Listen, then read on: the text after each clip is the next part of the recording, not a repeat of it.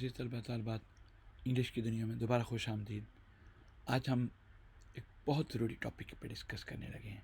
इतना ज़रूरी है कि अगर आप इन सारे 8 ग्रामर मिस्टेक्स जो हैं, 8 की 8 मिस्टेक्स को समझ लें और उन पे प्रॉपरली वर्क करना शुरू कर दें तो आपकी इंग्लिश की 70% प्रॉब्लम्स सॉल्व हो जाएंगी। आप सही इंग्लिश लिखना शुरू कर देंगे। तो आज हम 8 पॉइंट्स पे बात करेंगे जो कि आपकी इंग्लिश राइटिंग को सत्यानाश कर देते हैं। तो जो 8वां पॉइंट जो मैं बयान करूँगा वो सबसे ज़रूरी पॉइंट है आपको, इसलिए मैं आपसे कहता हूँ कि आप आखिर तक देखेंगे तो आपको बहुत ज़्यादा फ़ायदा होगा। तो अगर आप चाहते हैं कि आप इन सारी 8 ग्रामर मिस्टेक्स जो हैं वो कॉमनली जो कि ज़्यादातर लोग इस्तेमाल करते हैं, ज़्यादातर लोग ये गलतियाँ करते हैं, आप उनसे बच जाएँ तो आपको आखिर तक देखना चाहिए। तो आइए शुरू करते हैं। सबसे पहले जो कि आपको मालूम होगा कि चंद दिन पहले हमने एक वीडियो बनाई थी जिसमें हमने सब्जेक्ट वर्ब एग्रीमेंट के बारे में बात की थी। सब्जेक्ट वर्ब एग्रीमेंट में क्या है? बुनियादी तौर पे देखें, सब्जेक्ट चेंज नहीं हो सकता। सब्जेक्ट जो है किसी सेंटेंस में वही है।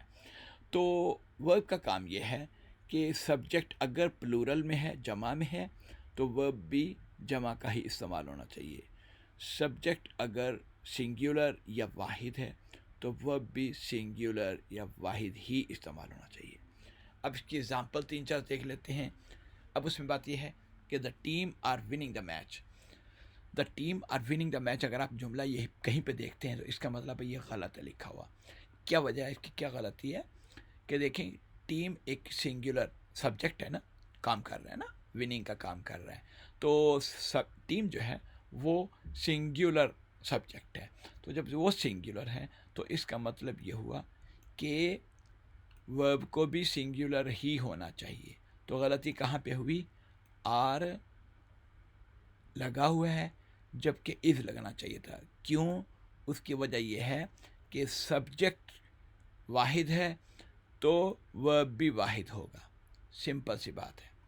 अब इसी तरीके से अगला देखें, the committee have made their decision. Decision नहीं होता लफ्ज़, डिसीजन। अब बात यह है द कमिटी जो है वो सब्जेक्ट है, या आप ये बताएं कि सिंगुलर है या प्लूरल है। साफ बात है, नज़र आ रहा है कि एक कमेटी की बात हो रही है, एक कमेटी की। तो कमेटी के स्पेलिंग अक्सर लोग गलत करते हैं, आपको दुरुस्त करने चाहिए। ये स्पेलिंग सही स्पेलिंग लिखे हुए हैं, इसलिए आपको please don't make this mistake at all. अच्छा, अब बात यह है कि the committee have made their decision. अब इसमें हमने चूंकि सब्जेक्ट सिंगुलर आ गया तो वर्ब को भी फॉलो करना है उसके हिसाब से। हैज़ आएगा, हैव नहीं आएगा। तो और जाहिर है वो भी, ये भी उसको फॉलो करेगा। इट्स डिसीजन आएगा। क्यों? कमेटी जो है वो वाहिद है, तो यहाँ पे भी इट्स आएगा, ना कि देर आएगा।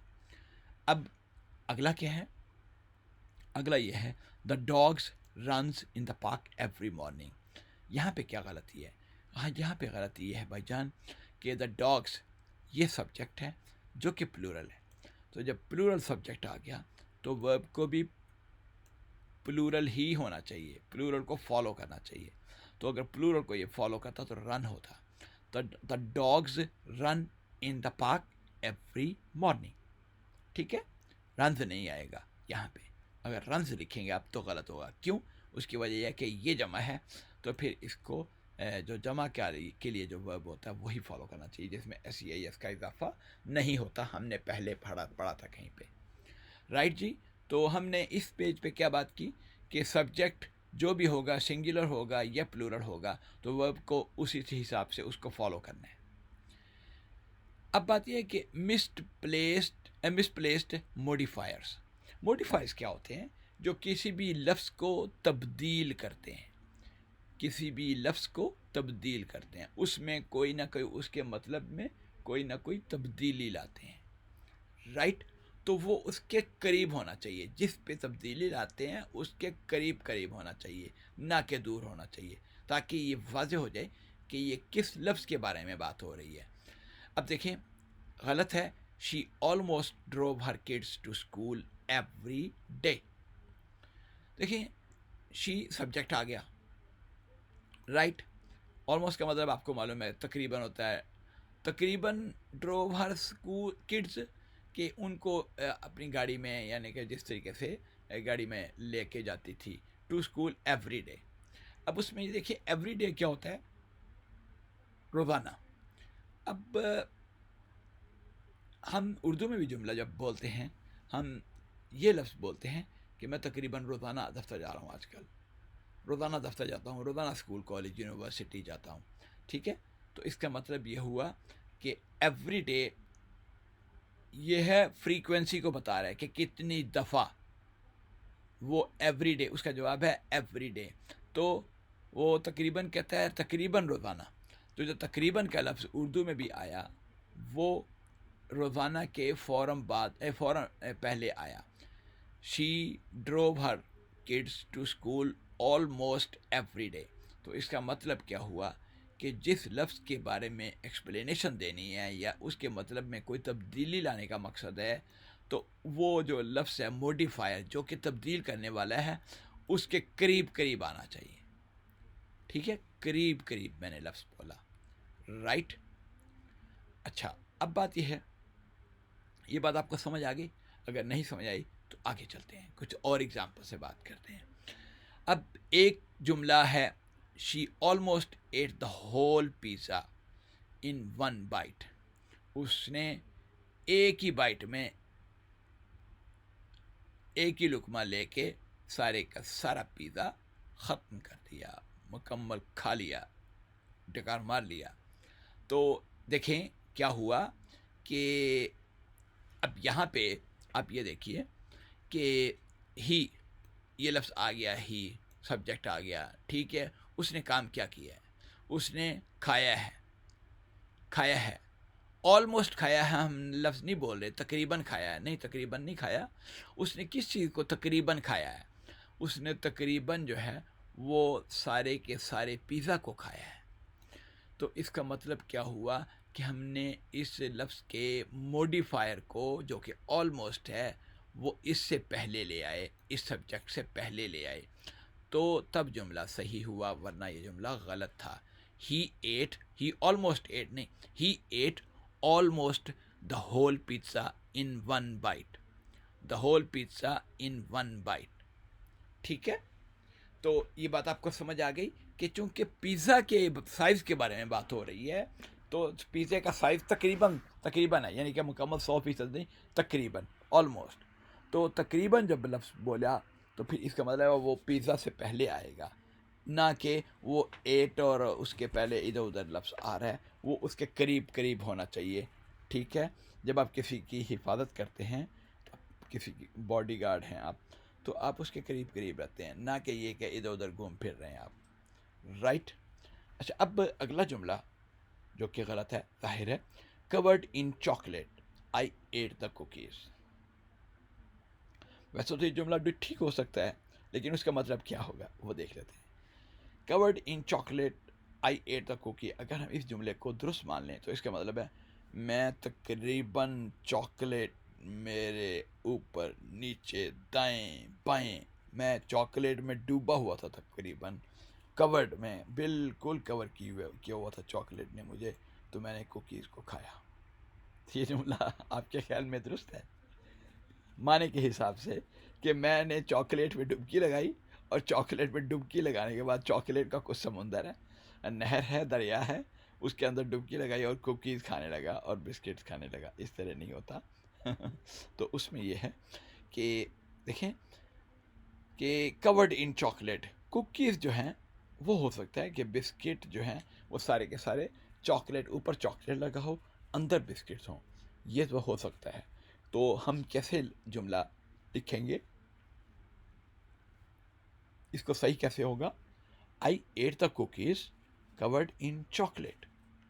इसका मतलब ये हुआ कि कुकीज़ से मुतालिक है कवर्ड इन चॉकलेट, ना कि मेरे मुतालिक है कि मैं जनाब चॉकलेट में डूबा हुआ था। नहीं, मैं नहीं डूबा हुआ था, बल्कि कुकीज़ को कवर किया हुआ था चॉकलेट ने। तो हमने क्या किया कि कुकीज़ के करीब करीब ये लफ्ज़ कवर्ड इन चॉकलेट जो कि मॉडिफायर है वो ले आए, तो इससे जुमला दुरुस्त हो गया। I ate the cookies covered in chocolate, right. अब इससे अगला क्या है? The teacher spoke spoke to the students about the upcoming events who were excited. तो देखिए आप, कौन एक्साइटेड था? टीचर एक्साइटेड था या स्टूडेंट्स एक्साइटेड थे? अगर स्टूडेंट एक्साइटेड थे तो फिर एक्साइटेड का लफ्ज़ जो है उसके बिल्कुल करीब करीब आना चाहिए था स्टूडेंट्स के साथ। टीचर तो एक्साइटेड नहीं था ना। तो इसका मतलब ये हुआ कि इसका गलत जो सही जवाब है, the teacher spoke to the excited students. The teacher spoke to the students about the upcoming test who were excited. ये जुमला कंफ्यूजिंग है, गलत है, और इसको दुरुस्त करने का यही एक तरीका है कि आप जो है वो एक्साइटेड, जो कि मॉडिफायर है ना, किसके लिए किसको मॉडिफाई करता है? उनके मूड को शो करता है ना, मूड के मुतालिक बात करता है। तो फिर हम ये कहेंगे कि the teacher spoke to the excited students about the upcoming test. अब आगे क्या है? She nearly spent all her savings on a new car. अब इसने क्या मतलब है? आपके ख्याल में क्या गलती है? देखें, नियरली तकरीबन ना, ये भी तकरीबन सारी की सारी, ठीक है। All her savings, all her savings क्या चीज़? यानी कि सारी के सारी, उसकी सारी की सारी अपनी सेविंग्स जो हैं वो नई गाड़ी पे लगा दी, नई गाड़ी को ख़रीदने में लगा दी। तो इसका जुमला क्या होगा? इसकी करेक्शन क्या होगी? She spent all her savings है ना, तकरीबन सारी की सारी सेविंग्स। तो इसका मतलब ये होगा ऑल हर सेविंग्स से फ़ौरन पहले ये आ गया, she spent nearly all her savings on a new car.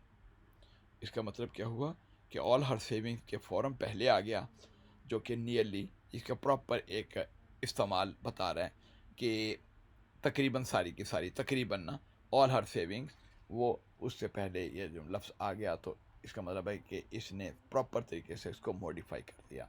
ऊपर वाले जुमले में क्या ख़राबी थी, क्या गलती थी कि वो नियरली स्पेंट, इसका मतलब उसने पता नहीं तकरीबन, वो एक मतलब समझ नहीं आता कि स्पेंट को भी नियरली हम कर सकते हैं।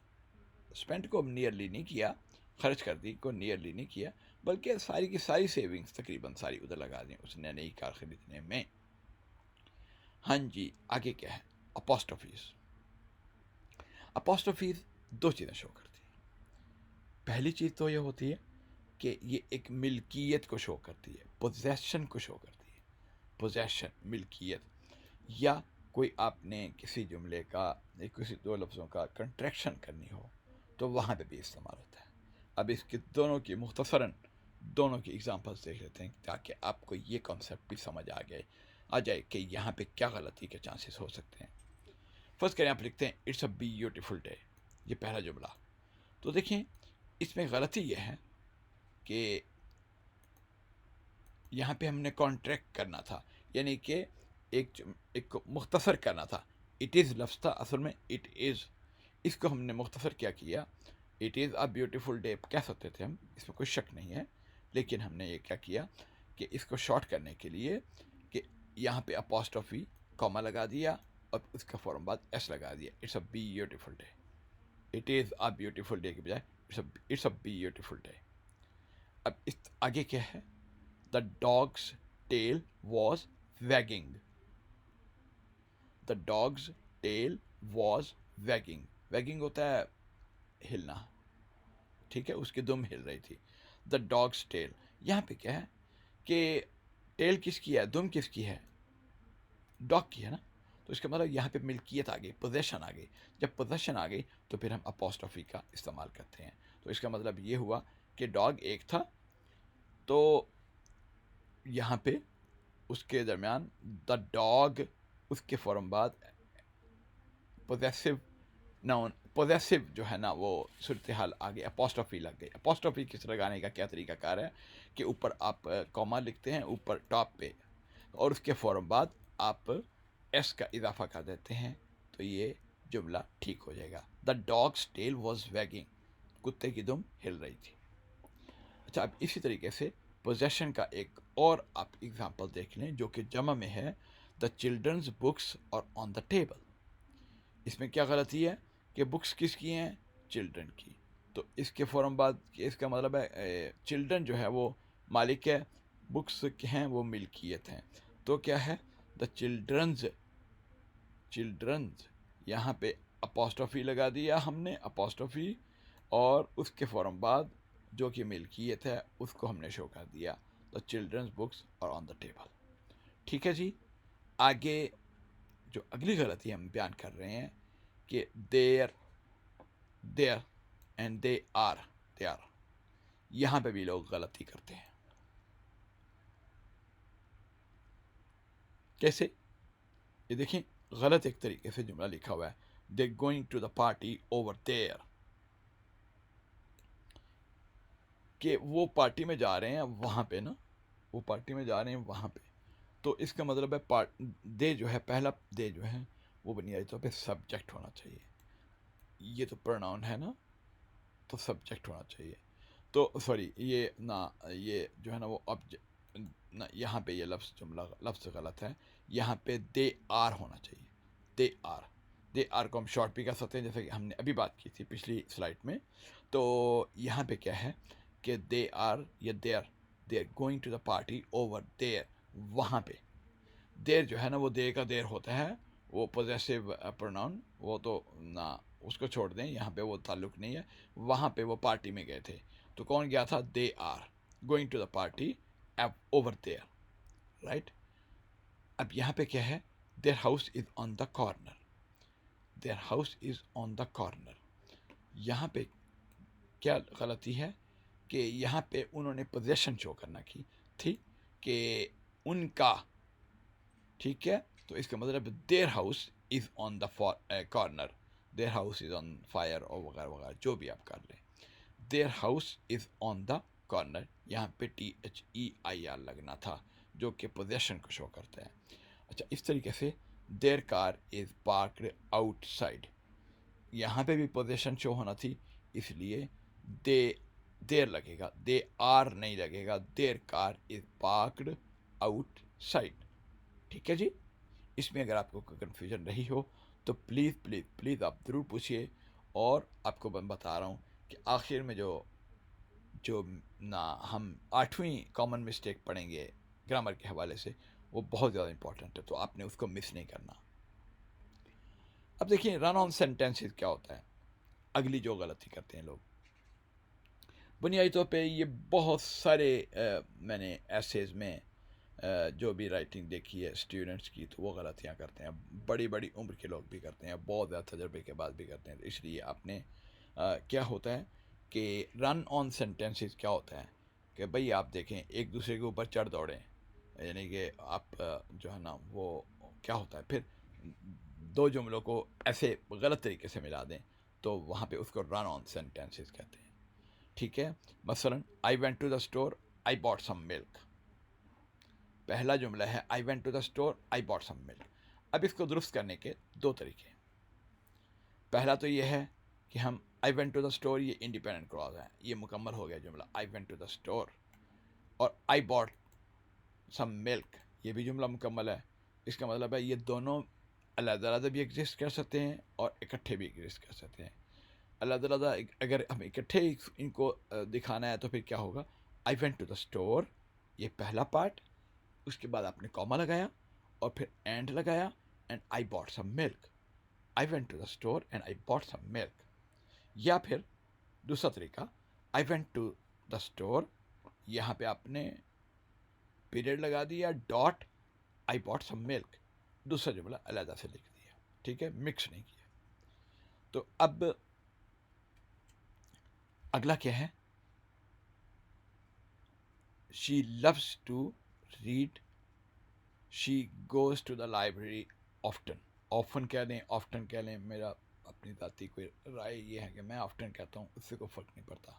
अच्छा, अब बात यह है कि शी, यहाँ पे क्या है, शी लव्स टू रीड, ये एक जुमला हो गया, she goes to the library often, often जो भी। अच्छा, उसमें क्या है, शी लव्स टू रीड, ये जुमला इतने में मुकम्मल है। तो लेकिन हमने दोनों को मिलाना है, तो फिर क्या कहते हैं, she loves to read, so she goes to the library often.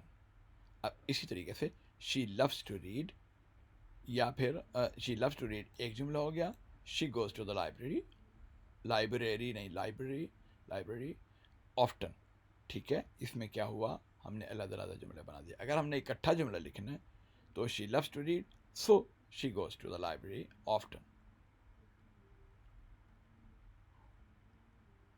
यहाँ पे क्या है, he can cook, he can't clean. इस जुमले में क्या गलती है, ही कैन कुक जुमला पूरा है, मुकम्मल है, और ही कैंट क्लीन ये भी जुमला मुकम्मल हो सकता है अलग-अलग से। इसका मतलब है इनको अलग-अलग पीरियड लगाने, दरमियान में पीरियड लगाने के बाद हम इस जुमले को लिख सकते हैं। दूसरा तरीका है, अगर अपने जुमले को मिलाना है तो फिर क्या होगा, उसको कुकिंग तो आती है लेकिन क्लीनिंग नहीं आती ना। ठीक है, वो कुक कर सकता है, क्लीन नहीं कर सकता, लेकिन क्लीन नहीं कर सकता, हम जुमला बोलेंगे ना उर्दू में भी। तो he can cook but he can't clean. ठीक है, ये तरीका हो सकता है। दूसरे तरीके से अगर आपने अलग लिखना है, he can cook period, he can't clean period. ठीक, समझ गए आप। अब आगे क्या होता है कि आप बाद औक़ात ये गलती करते हैं कि आपने ये करते हैं कि जी ये आ गया, आपने ये गलती की है, अक्सर जगहों पे हमने ये गलती की है कि आप प्रॉपर तरीके पे प्रॉपर जगह पे कॉमा नहीं लगाते। जब आप कॉमा नहीं लगाते तो वहाँ से भी जुमला गलत हो जाता है। ठीक है, मसलन लेट्स ईट ग्रैंडमा, आप अपनी दादी अम्मी को, नानी अम्मी को आप ये कहते हैं कि आओ खाना खाएं, आए खाना खाएं जी दादी अम्मा। तो ये जुमला बुनियादी तौर पे गलत है। अगर आप खुदा न खास्ता इसी जुमले को दुरुस्त मान लें तो इस जुमले का मतलब है ग्रैंड माँ को आपने खाना है, लेट्स ईट ग्रैंड माँ, let's eat chocolate, let's eat butter, let's eat bread, let's eat so and so and so and so and so, जो कि गलत है यहाँ पे इस कॉन्टेक्स्ट में। तो हमने क्या करना है, लेट्स ईट के बाद फ़ौरन बाद कॉमा लगाना है, ग्रैंड माँ, और आखिर में साइन ऑफ एक्सक्लेमेशन है। ठीक है, तो इसका अगर आप नहीं लगाएंगे तो जुमला बिल्कुल कहीं का कहीं जा पहुंचेगा, इसका कोई मतलब नहीं निकलता। अब ग्रैंड में आपको नहीं खाते, अल्लाह माफ़ करे। अब इसी तरीके से अब अगला क्या है, आई need to buy eggs, milk and bread. यानी कि मैं 3 चीज़ें ख़रीदता हूँ, अंडे ख़रीदता हूँ, मिल्क ख़रीदता हूँ, दूध ख़रीदता हूँ, और ब्रेड और डबल रोटी ख़रीदता हूँ। अब उसको ये 3 चीज़ों की लिस्ट में ख़रीदता हूँ। तो जब आप 3 चीज़ों या 3 या एक से ज़्यादा जब भी चीज़ें हो जाएंगी तो फिर आपने बीच में उन चीज़ों को सेपरेट अलग-अलग करने के लिए, दिखाने के लिए आपको कॉमा लगाना चाहिए। क्या मतलब, I need to buy eggs, comma, milk, comma, and bread. ठीक है, अब यहाँ पे भी क्या है, after the meeting we went to lunch, गलत है। ये एक काम हुआ आफ्टर द मीटिंग। ठीक है, ये डिपेंडेंट क्लॉज है। डिपेंडेंट क्लॉज क्या होती है हम किसी और वीडियो में बताएंगे, लेकिन फ़िलहाल आप ये समझ लीजिए कि आफ्टर द मीटिंग एक काम मुकम्मल हो गया, एक काम, उसके बाद we went to lunch, after the meeting के फ़ौरन बाद आप कॉमा लगा देंगे, ये जुमला गलत सही हो जाएगा। अदरवाइज़ ये जुमला ऊपर वाला अगर आप देखेंगे उस तरीके से लिखेंगे तो गलत होगा। अब इसके बारे में बात क्या हुई थी, ये बात सब्जेक्ट वर्ब एग्रीमेंट के बारे में भी हमने अभी बात की है। उसके अलावा वर्ब टेंसेस जो हम गलत यूज़ करते हैं, ये एक अलग टॉपिक है, वो थोड़ा सा मुख्तलिफ भी है लेकिन अलग टॉपिक है। यहाँ पे इसका मतलब ये है कि बुनियादी तौर पे हमने टेंसेस का इस्तेमाल गलत किया इन जुमलों में, तो उनको करेक्शन करने का क्या तरीका है हम थोड़ा सा देख लेते हैं। क्योंकि एक जुमले में कंसिस्टेंसी होनी चाहिए, क्लैरिटी, क्लियर होना चाहिए। इसका मतलब क्या है, she was walking to the store and buys milk. क्या मतलब है, वो स्टोर की तरफ वॉक कर रही थी एंड बाइज, और जो है वो दूध खरीदती है। ये तो जुमला अजीब सा लग रहा है क्योंकि वो एक काम तो पास्ट में कर रही, दूसरा काम उधर ही, उसके बाद जो है ना वॉकिंग टू द स्टोर, उसके बाद जो है ना वो बाइज, वो जो है ना वो काम वो प्रेजेंट में कर रही है, प्रेजेंट इंडेफिनिट में। इस तरह नहीं होता। She was walking to the store and bought milk. इसका मतलब क्या हुआ कि वो भी पास्ट में है, कॉन्टिन्यूस में है, और ये पास्ट इंडेफिनिट टेंस आ गया। तो इसका मतलब ये होगा प्रॉपर उसका इस्तेमाल। अच्छा, I have seen that movie last week. I have seen that movie last week. Last week देखी थी ना, तो I saw that movie last week होगा, I have seen that movie last week नहीं। चूँकि पास्ट की बात हो रही है तो इसलिए पास्ट इंडेफिनिट टेंस यहाँ पे इस्तेमाल कर लेते हैं। आई सॉ दैट मूवी, ये जो है वो प्रॉपर, यहाँ पे गलती यहाँ पे आ रही है क्योंकि ये प्रॉपर टेंस इस्तेमाल नहीं किया गया था। I saw that movie last week. They will finish the project by yesterday. अब कल जो गुजर गया उस तक वो मुकम्मल कर लेंगे, है ना अजीब बात। हम ये कह सकते हैं they will finish the work by tomorrow, by tonight. लेकिन अगर हमने इसको इसी तरीके से रखना है, they finished their the project by yesterday, ये तो हम सही कह सकते हैं। इसका मतलब है दोनों चीज़ें पास्ट में भी, येस्टरडे भी पास्ट को जाहिर शो कर रहा है, जाहिर शो कर रहा है, और ये जो है जो टेंस है वो भी हमने पास्ट में रखा, they finish the project by yesterday. They finished the project by tomorrow नहीं हो सकता, ठीक है, जुमला गलत होगा। अब इसी तरीके से देखिए कि प्रॉपर नाउन का यूजेज क्या है, प्रॉपर नाउन का सही इस्तेमाल क्या है। ये आपको बताया था कि ये आखिरी टिप है और ये बहुत ही इंपॉर्टेंट है। इसमें बेशुमार लोग गलतियाँ करते हैं, तकरीबन एक पैराग्राफ लिखेंगे तो तकरीबन इसके ये गलती लाजमी करेंगे, तकरीबन हमने यही देखा। तो अगर आप चाहते हैं कि आप ये गलती मत करें तो फिर आपको इस तरीके से अच्छे तरीके से समझना चाहिए। तो देखें, प्रोनाउन जो है वो नाउन की जगह पे इस्तेमाल होता है। हमने लास्ट टाइम पढ़ा था एक दफ़ा, बुनियादी तौर पे उनको नंबर में भी उन नाउन्स को फॉलो करना चाहिए और जेंडर में भी मुज़क्कर मुअन्नस वाहिद जमा को फॉलो करना चाहिए। अगर जो वो नाउन है अगर वो जमा है तो फिर प्रॉपर नाउन भी जमा होना चाहिए। अगर नाउन जो है वो मेल है तो फिर प्रोनाउन को भी मेल ही होना चाहिए, ना कि फीमेल होना चाहिए, ये बात है। अब everyone should bring their book, everyone should bring their book, इसका जुमला कैसे गलत है? एवरीवन सिंगुलर है ना, देर नहीं आना चाहिए था, एवरीवन शुड ब्रिंग हिज और हर बुक, ये आना चाहिए। अब जाहिर है एवरीवन में ये नहीं पता चल रहा कि वो लड़के थे या लड़कियां थे, तो एवरीवन शुड ब्रिंग हिज और हर बुक। एवरीवन चूंकि सिंगुलर का शो कर रहा है इसलिए हिज या हर लगेगा, ठीक है, उसमें से कोई सा भी लगा देंगे सही होगा क्योंकि उसकी वजह ये वो सिंगुलर हैं और यहाँ पे हमने जेंडर की बात नहीं की। The company gave its employees their bonus, their bonuses, क्या मतलब है कि देर किसको शो कर रहा है यहाँ पे? देर असल में कंपनी को शो कर रहा है। The company gave its employees bonuses, there जो है इट्स एम्प्लॉयज़, देर फालतू लफ्ज़ है, इसकी कोई ज़रूरत नहीं थी यहाँ पे। There the company gave its employees bonuses. अब अगला क्या है? The teacher asked if they had finished his homework, कि नहीं। अब इफ़ दे जो है वो नाउन, अगर ये देखें if they had finished his homework की बजाय अगर देर होमवर्क होता तो फिर ये जुमला दुरुस्त होता, क्योंकि यहाँ पे जो प्रोनाउन है वो जमा है तो इसलिए इनके पोजेसिव प्रोनाउन को भी उसको फॉलो करना पड़ेगा। तो देखें, ये थी 8 कॉमन मिस्टेक्स इंग्लिश में जो कि अगर आप इनको सही तरीके से मास्टरी हासिल कर लेते हैं, इनको सही तरीके से समझ जाते हैं और उस पर अमल करना शुरू कर देते हैं तो आपकी इंग्लिश की 70% प्रॉब्लम सॉल्व हो जाएंगी। तो उम्मीद है आज का लेसन आपने एंजॉय किया होगा, आपको समझ आई होगी।